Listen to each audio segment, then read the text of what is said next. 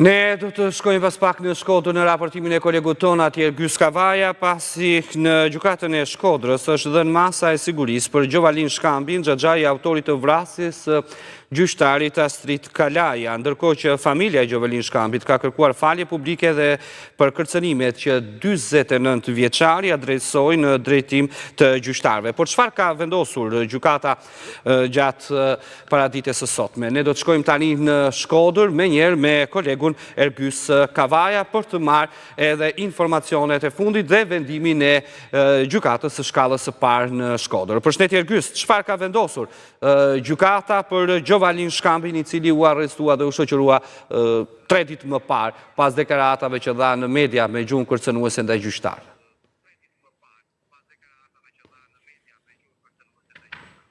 Po në Ertil, burg pa afat është vendimi i gjykatës së shkallës parë tretit gjyqësor të Shkodrës, masën e sigurisë ndaj të ndaluarit Gjovalin Shkëmbi 3 ditë më parë, pikërisht pas deklaratave të bëra publike ku kërcënoi publikisht trupën gjyqësore, të cilët nëse do të dënonin nipin e tij, Elvis Shkambin, për vrasjen e gjyqtarit Astrid Kalaja, do të përballeshin me të njëjtën situatë. Sot është mbajtur seancë gjyqësore në gjykatën e rrethit gjyqësor të Shkodrës me dyert mbyllura, ku pikërisht Gjovalin Shkambi, përfaqësuar edhe nga avokati i tij, është përballur me akuzat që ka ngritur prokuroria në drejtim të tij, atë të kërcënimit të trupës gjyqësore, por edhe i nxitjes së akteve terroriste në deklaratat publike. Prokuroria ka kërkuar masën e sigurisë, arrest me burg pa afat për shtetasin e ndaluar Gjovalin Shkambi, dhe pikërisht kërkesa e prokurorisë së Shkodrës dhe akuzave të ngritura ndaj tij është marrë parasysh nga trupa gjyqësore dhe është lënë fuqi kërkesa e prokurorisë së Shkodrës për burg pa afat për shtetasin Gjovalin Shkambi.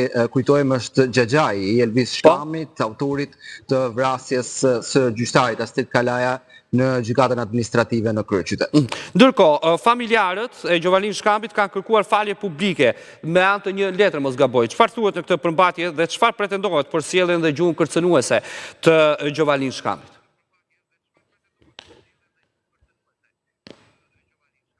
Po në fakt është një letër e shpërndarë për mediat nga familja Shkambi, kryesisht nga fëmijët e shtetasit Gjovalin Shkambit, cilët e kanë përcjell një mesazh drejtuar mbar opinionit publik, duke kërkuar falje për deklaratat e Gjovalin Shkambit 3 ditë më parë, por nga ana tjetër edhe rastin e rënd vrasjes së gjyqtarit Astrid Kalaja. Unë po citoj një pjesë të kësaj letre, e cila është shpërndarë për mediat, ku shprehim keqardhje të thellë për gjithë situatën e krijuar dhe deklaratave të babait tonë. Është mesazhi është shpërndarë, siç thash, nga fëmijët e Gjovalin Shkambit. Kërkojmë publikisht ndjes për fjalët e thëna prej tij, të cilat, siç ka pranuar edhe vetë, janë shprehur në një moment gjaknxetësie dhe tronditje të madhe. Pavarësisht se drejtësia deri më tani nuk ka arritur ende të vendosë pikën përfundimtare mbi këtë çështje, ne nuk duam në asnjë mënyrë të përdorim gjuhë urrëtie ndaj personave që ushtrojnë detyrën e tyre dhe respektojmë proceset ligjore që po zhvillohen. Jemi plotësisht